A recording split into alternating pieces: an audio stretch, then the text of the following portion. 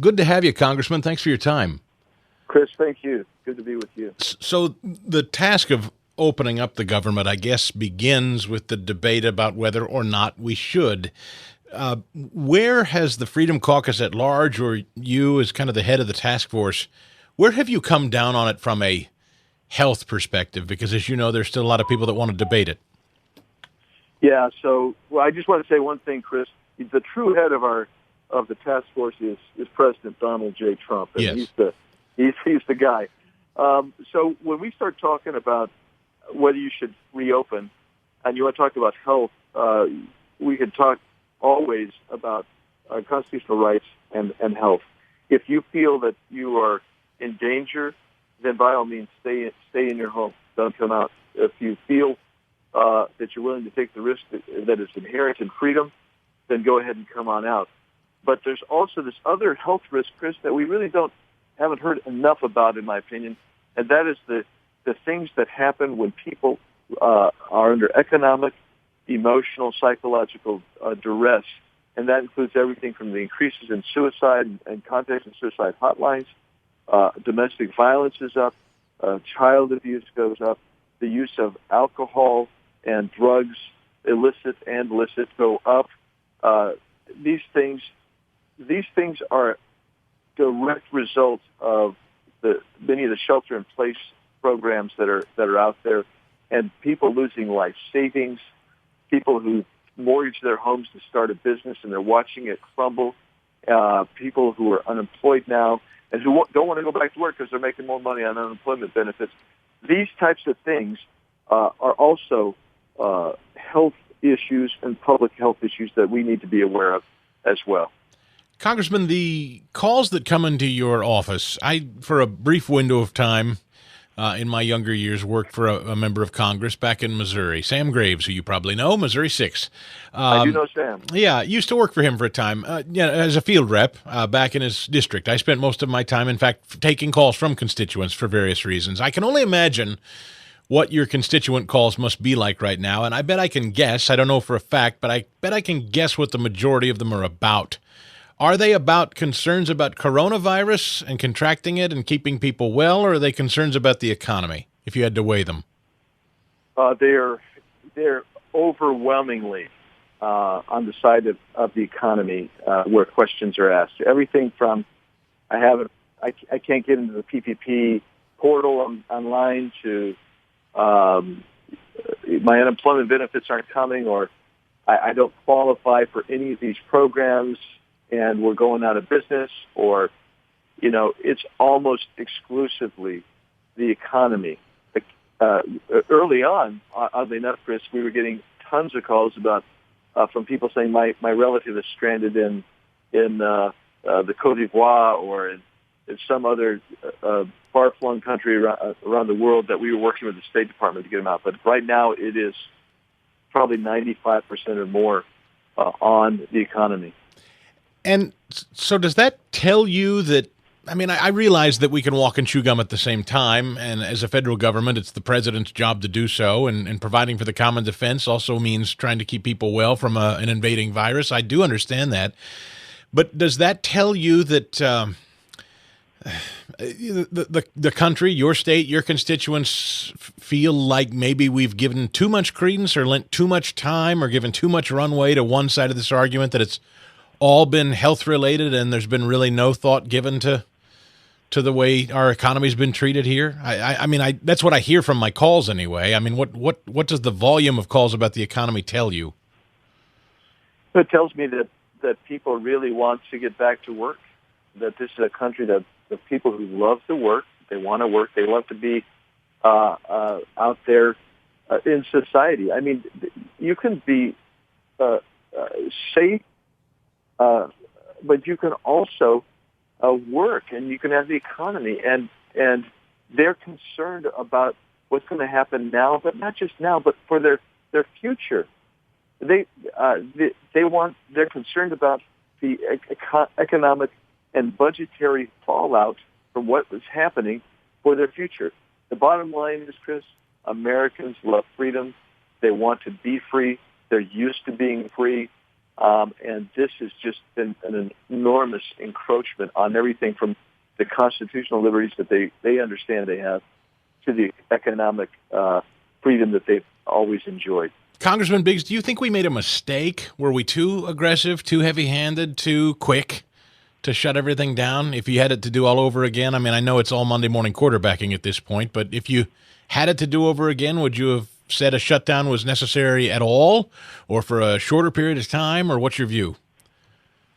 My position from the beginning was to follow and emulate some of the other countries that I saw having, like Taiwan, 80 miles off of China. So 3 million people coming in, and what they did is they immediately shut down the contact, the flight, the travel with China, and quickly later with Shanghai, Hong Kong, Singapore, because they knew that was coming in. They tested people coming in on the planes. They basically put into quarantine the most vulnerable populations, the elderly, those people who had serious illnesses. That's what they did. And you know what? They have, to this day, I think it's fewer than 1,000 cases. And don't forget, this is a congested nation, so close to China, 3 million visitors a year. We did the opposite. I looked at the side-by-sides, Norway and Sweden, and you see almost the exact same case fatality rate. Sweden kept their economy open, so their economy is still pretty good. Norway closed theirs, and their economy's in a shambles. I think that freedom is always the answer. And I think we could have I appreciate what was happening. The guidelines, I think, are absolutely excellent. But they were guidelines. And I think that when the governors got in and said, we're going to centralize power in the governor's office with or without authority, and we're going to tell people to shelter in place, and we're going to deem some businesses non-essential, that's so antithetical to freedom. And I'm not sure that if we hadn't quarantined the most vulnerable, if we hadn't basically then put our testing first and foremost in that population and those who treat that population, I think we would have had a far better economic outcome. But we're looking, Chris, now, by the end of this week, you're probably going to be sitting over 30 million Americans who have lost their job in the last 6 weeks. Stunning. Just stunning. Congressman Andy Biggs, do you think, or would you agree with some of the folks who have messaged me, emailed me, contacted the show, and I've certainly said, I won't lie to you, that I think that there are some people, I'm not even saying most, I'm saying there are some political figures, be they mayors, cities, council, governors, members of the legislative body that you work alongside. There are some that just seem to, I hate to use the word enjoy, but seem very, very comfortable with the nation and our states grinding to a halt because they see it as perhaps politically advantageous. Is there any doubt in your mind that there are people that see politics at work here and that it could help them this fall? I think that there are always people who view things like this for political advantage. There are some who are. I mean, this is the Saul Alinsky, Rahm Emanuel thing. Never let a crisis go to waste. And Saul Alinsky's mind, your enemy is always your enemy. You never work with your enemy unless you're undermining them. There are people who really adhere to those principles. I think some of this stuff is just ignorance as well. But there's no doubt in my mind that some people want to accrete power to themselves. I mean, you get somebody like Clyburn, who's the number 3 most powerful Democrat in the United States Congress, said now we can use this to remake America in the way we want it to be. That is a use of a crisis for a political purpose, in my view. And the one thing I would say is I hope Americans, and I think by far the vast number of Americans, see through this and they understand we've got to have freedom. And I think that's what you're seeing is people on the street are starting to come out and they're starting to voice their opinion and they want to get out. They want their freedom back. Yeah, and when your colleague like Adam Schiff suggests over the weekend that the president killed 50,000 people, I'm starting to hear some on the left, including Schiff now, seem to suggest that this is the president's doing and that even 50,000 people, which, by the way, is dramatically less than what was initially projected. But even so, that 50,000 people are dead because of the president's actions. I mean, that's really something. I'm kind of wondering how the American people will treat that. I mean, even if you're not somebody that's a fan of Donald Trump's, that's pretty loathsome. Well, I mean, that kind of hatred, Mr. Schiff has been out to get President Trump since the beginning. Let's bottom line that. And there are some on the left that it doesn't matter what Trump does.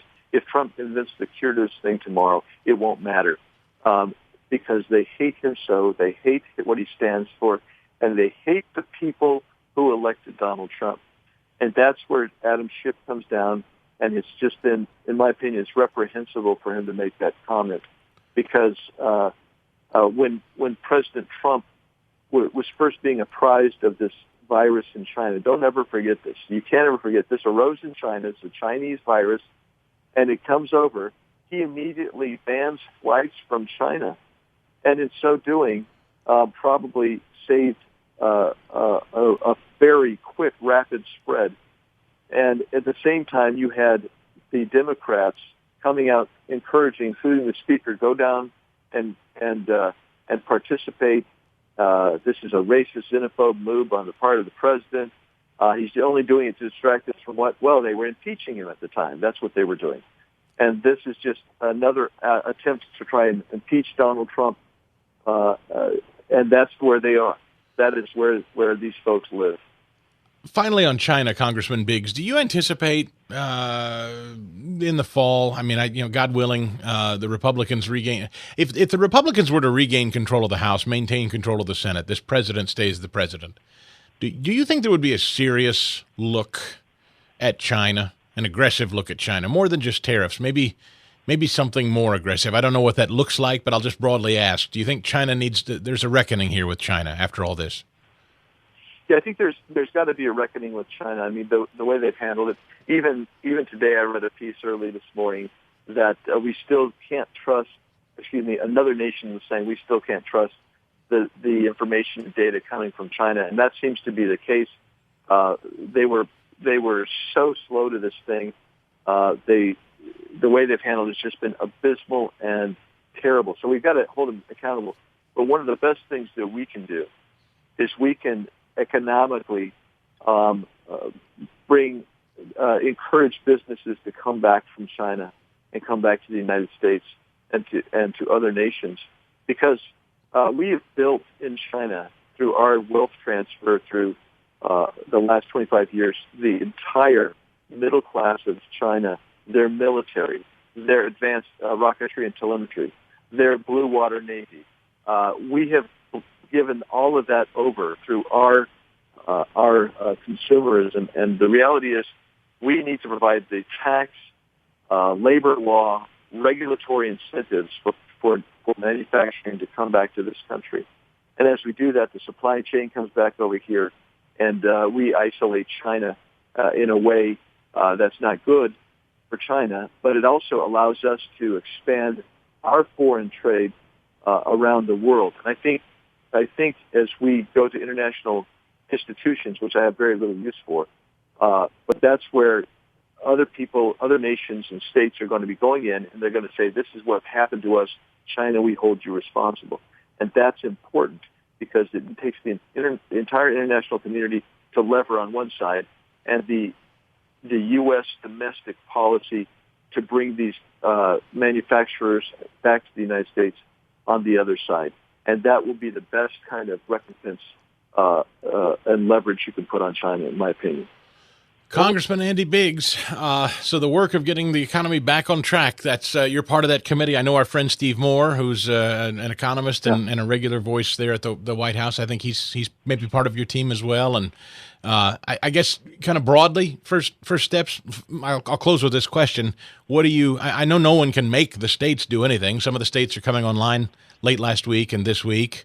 What can or is the federal government prepared to do here beyond the legislative push? I guess what are you looking at on this committee? Well, that you got to do the legislative push, and then one of the things that you have to do is you cannot reward states for closing their economies and devastating the constitutional rights of their citizens. And that's where Nancy Pelosi's next big push is, by the way. She's got two big items for her phase four, and so we can't acquiesce to her. No more acquiescence. We need Mnuchin to just stand down here. Maybe we need somebody else to negotiate this. You can't let her bail out the states who've closed their economy and then also sneak in some money to illegal aliens or to restore pension plans that have been poorly run. You can't do that. You have to provide, again, the incentives for the governors to open up their states. And as you do that, the states will open up more quickly, in my opinion. They need to open up immediately. Okay, so you're saying legislatively, in terms of issuing new money to new states for help, the conditions need to be that they're going to loosen restrictions, not maintain them. Oh, yeah. Okay. That's right. And I'm not even sure you give money to the states because so many of these states were in severely bad shape beforehand. Don't forget that. New York had a $6 billion structural deficit before the coronavirus was ever even on the table. So they're wanting massive amounts. Hogan, the governor of Maryland, he basically shut down Maryland, shut down their whole economy, and now he's screaming, saying, "You guys should bail us out." Basically what he's saying is, "I've decimated the economy. You need to hold me harmless," and that's the problem. If you hold people harmless and give them amnesty for their bad acts, then they repeat the bad acts. And if they say they're just following good public health policy and you can't fault them for a virus, you would say? There's plenty. You made the choices. Other states didn't make the same choices you did. Other nations didn't make the same choices you did. But you did it, and you stepped in, and in so doing, you've created economic havoc in your state. Congressman Andy Biggs, part of the House Freedom Caucus and part of the task force to get the economy back online. Sir, it's always a pleasure to talk with you. Thank you. I know you guys have got a lot of work cut out for you, but we're glad you're there, and thanks for your voice today. Thanks, Chris. Have a great one.